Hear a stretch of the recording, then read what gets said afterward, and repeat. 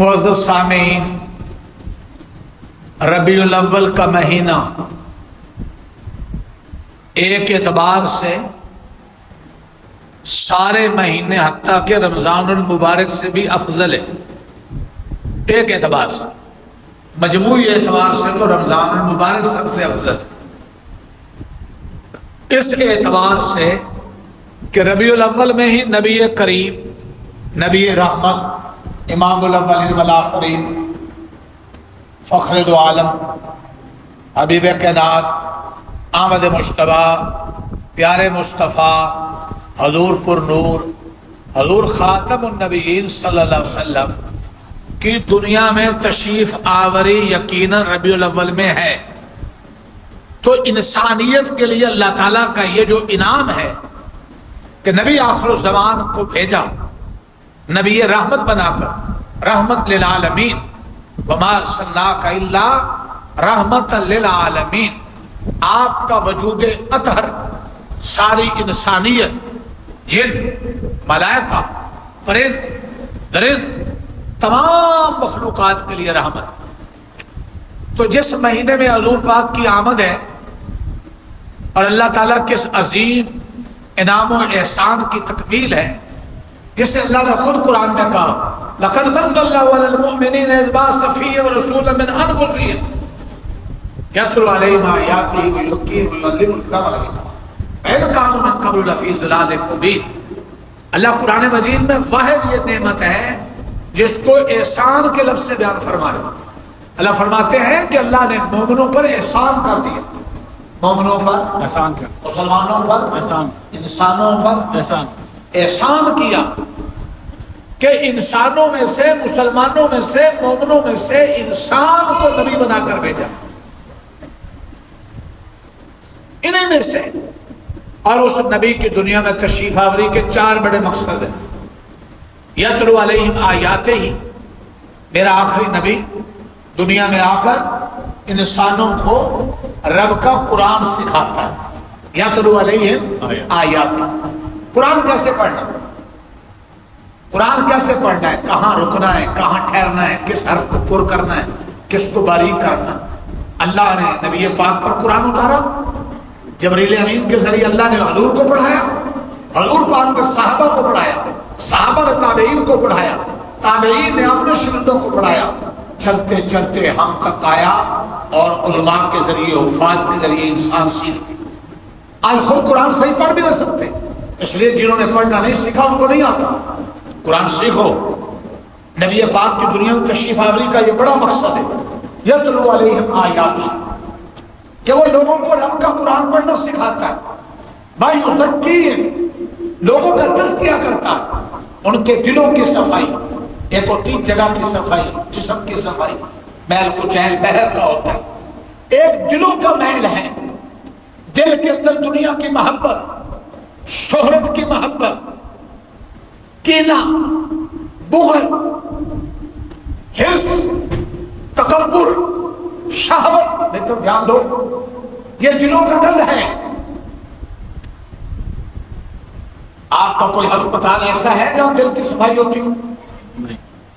یہ جسم کے علاج ہیں، ہومیوپیتھک، طب یونانی، میڈیکل، یہ روٹی کپڑا سبزی جوتا، یہ ہمارے جسم کی ضرورتیں ہیں، یہ مکان بیوی بچے ہمارے جسم کی ضرورتیں ہیں۔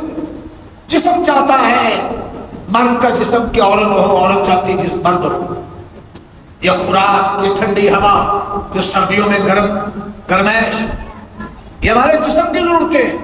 روح کیا جانے عورت کیا ہے، مرد کیا ہے، دودھ کیا ہے، خوشبو کیا ہے، فروٹ کیا ہے۔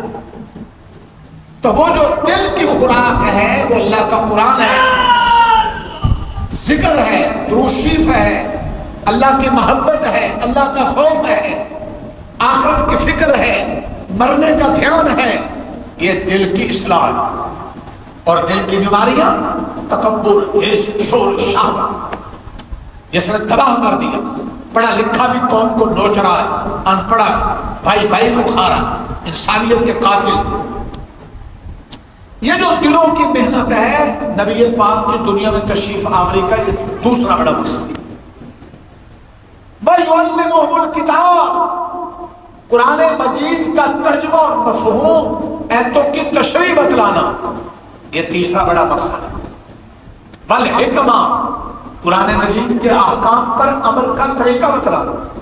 قرآن نے حکم دیا ہے نماز پڑھو سورج طلوع ہونے سے پہلے، سورج غروب ہونے کے بعد، سورج سر سے ڈھل جانے کے بعد ظہر اثر ہے، سورج ڈوب جانے کے بعد مغرب عشاء ہے، سورج طلوع ہونے سے پہلے فجر ہے۔ قرآن نے اتنا کہا۔ اب فجر کی 2 رکعتیں فرض ہیں، 2 سنت ہیں، ظہر کی 12 ہیں، مغرب کی 7 ہیں، عصر کی 4 ہیں، 8 4 سنتے ہیں، عشاء کی 17 ہیں، جمعے کے 2 فرض ہیں، آگے پیچھے سنتے ہیں۔ پورا قرآن ڈھونڈو نہیں ملے گا۔ یہ طریقہ سارا نبی پاک کی حدیث میں۔ حج کرو للہ الناس حج البیت من استطاع الیہ سبیلا، حج کرو۔ کیسے کرنا ہے؟ احرام کہاں سے باندھنا ہے؟ 8 ذی الحجہ کو احرام باندھنا ہے، مینا جانا ہے، 9 ذی الحجہ کی صبح تک مینا نمازیں پڑھنی ہیں، مینا سے آگے احرام باندھے باندھے عرفات جانا ہے، ظہر اثر وہاں پڑھنی ہے، سورج ڈوبنے کے بعد مزدلفہ جانا ہے، مغرب کو عشاء کے ساتھ پڑھنا ہے، اور 10 ذی الحجہ کو فجر کے ٹائم، فجر تھوڑے سے اندھیرے میں پڑھ کر اپنے ٹائم میں سورج نکلنے سے پہلے مینا جانا ہے۔ 10 ذی الحجہ کو پہلے بڑے شیطان کو ککریاں، پھر قربانی، پھر حلق، طواف زیارت، پھر سائی، پھر 11 کو تینوں شیطانوں کو ککریاں، پھر 12 کو یوں حج مکمل ہوتا ہے۔ جاؤ پورا قرآن ڈھونڈو، حج کا حکم ہے، ذکر ہے، طریقہ حج کا نبی پاک کی سنت اور حدیث۔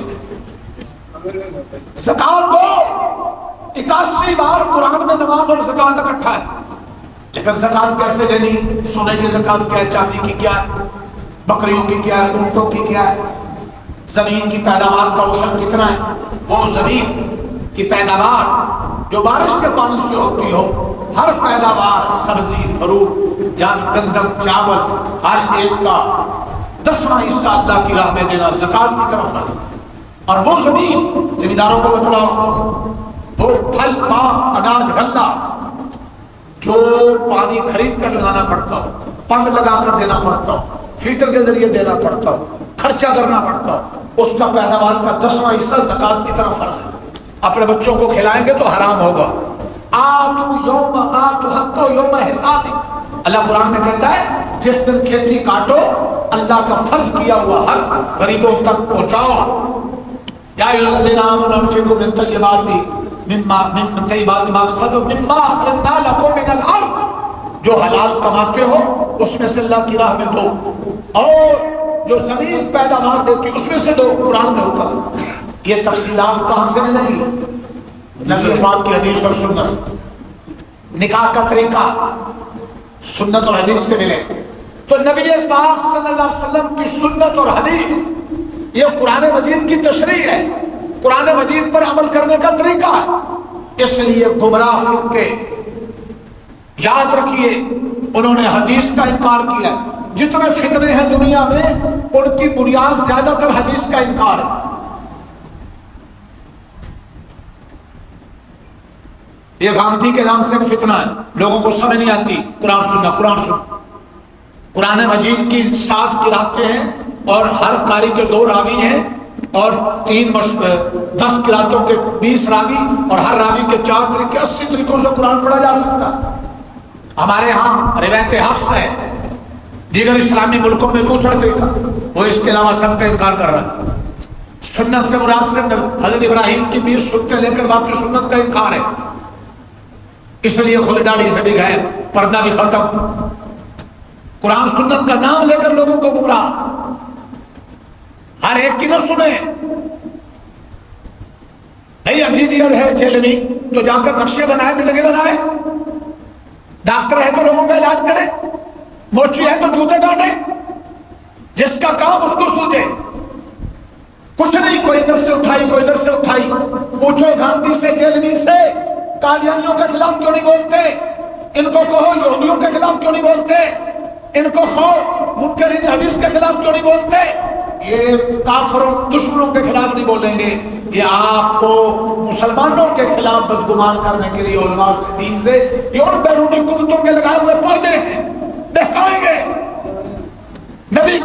سیرت سے، حدیث سے، فقہاء سے، محدثین سے، علماء سے امت کا اعتماد اور رشتہ کٹ جائے، آزاد خیال ہو جائے، جدھر بہکامیں گے بہک جائیں گے، جدھر بہا کے لے جائیں گے بہ جائیں گے۔ یہ چالیں ہیں دشمن کی، بھاپے۔ قرآن مجید میں 4 جگہوں پر نبی پاک کی تشریف آوری کے 4 بڑے مقصد ہیں۔ لوگوں کو قرآن پڑھنا سکھانا، لوگوں کو قرآن سمجھنا سکھانا، لوگوں کو قرآنی احکام پر عمل سکھانا، اور لوگوں کے دلوں کی صفائی کرنا۔